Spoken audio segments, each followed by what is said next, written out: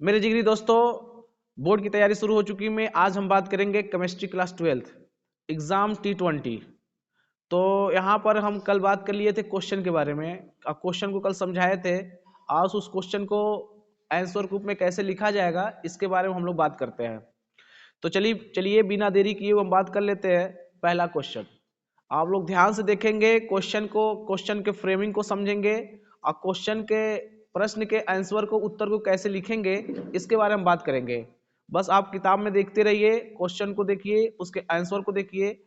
जिस तरह से लिखा गया है उसी तरह से आप लिखने की कोशिश करेंगे। एक बार दो बार प्रैक्टिस करेंगे लिख करके तो ये तैयार हो जाएगा। इसको हम बताए भी थे प्रश्न को। देखिए दिया हुआ प्रश्न क्या कह रहा है, वाष्प दाब का अपेक्षिक अवनमन क्या है, बताए थे। इससे राउल्ट के नियम को व्यक्त करने वाले सूत्र का निर्धारण करना है। इसमें दो प्रश्न पूछ रहा है कि वाष्प दाब होता क्या है, वाष्प दाब का अपेक्षिक अवनमन होता क्या है। और दूसरा क्वेश्चन क्या कर रहा है, इससे जो वाष्प दाब होता है ना अवनमन, उससे राउल्ट के नियम को व्यक्त करना है, सूत्र के निर्धारण करना है। ठीक है, तो सबसे पहले जान लेते हैं राउल्ट का वाष्प दाब अवनमन का नियम होता क्या है। कहता इस नियम के अनुसार अवाष्पशील विलेय पदार्थों के, लिखा है ना, अवाष्पशील विलेय पदार्थों के विलयनों के लिए वाष्प दाब का अपेक्षिक अवनमन विलयन में विलेय के मोल प्रभाज के बराबर होता है। अर्थात गणितीय रूप में लिखा जाए तो P0 माइनस PS दिया है ना, अपान P0 इक्वल टू जाई विलेय किसके बराबर होता है, N अपान N प्लस कैपिटल N होता है। जहां P0 माइनस PS जो होता है वाष्प दाब की अवनमन होता है। P0 माइनस PS क्या होता है, वाष्प दाब में अवनमन होता है।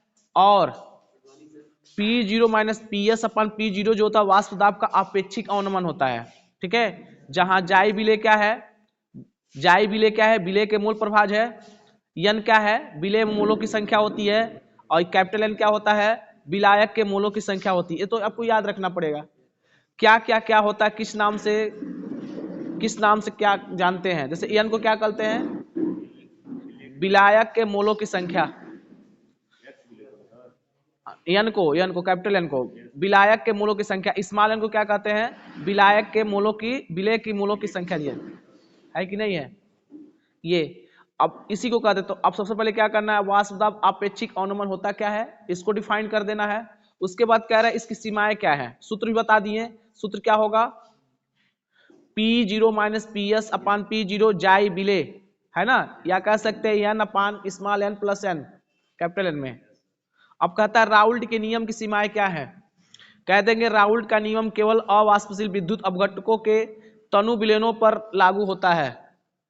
पहला पॉइंट क्या है, कह रहा राउल्ट का नियम जो होता है केवल अवाष्पशील विद्युत अपघटकों के तनु विलयनों पर क्या होता है, लागू होता है। दूसरा पॉइंट, राउल्ट का नियम केवल उन अवाष्पशील का मतलब होता है जिसका वाष्प न जमे। जैसे तेल डाल देते हैं, बताए थे दाल में, दाल को उधार लेकर के तो फफाना बंद हो जाता है ना, तो ये डिपेंड करता है। फिर कह रहा है कि राउल्ट के नियम केवल अवाष्पशील पदार्थ के विलयनों पर लागू होता है।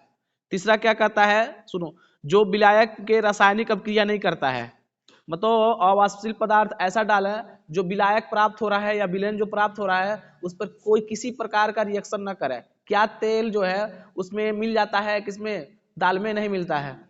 वो तो जब बहुत ज्यादा चला दिया जाता तब मिल, फिर अपने आप बाहर हो जाता है। जैसे खाना बनाते होंगे, तेल डालते होंगे, मीट कुछ बनाते होंगे तो कितना भी तेल डालेंगे ऊपर आ जाता है ना, मिलता नहीं है, क्योंकि इसी प्रकार ये भी होता है। ठीक है, अगला क्या है, चूंकि विद्युत अपघट्य विलयन में वियोजित हो जाते हैं। विद्युत अपघट्य का मतलब होता है जो विलयन है उसमें प्लस माइनस में क्या हो जाते हैं, टूट जाते हैं। जैसे सोडियम क्लोराइड एक विद्युत अपघट्य होता है।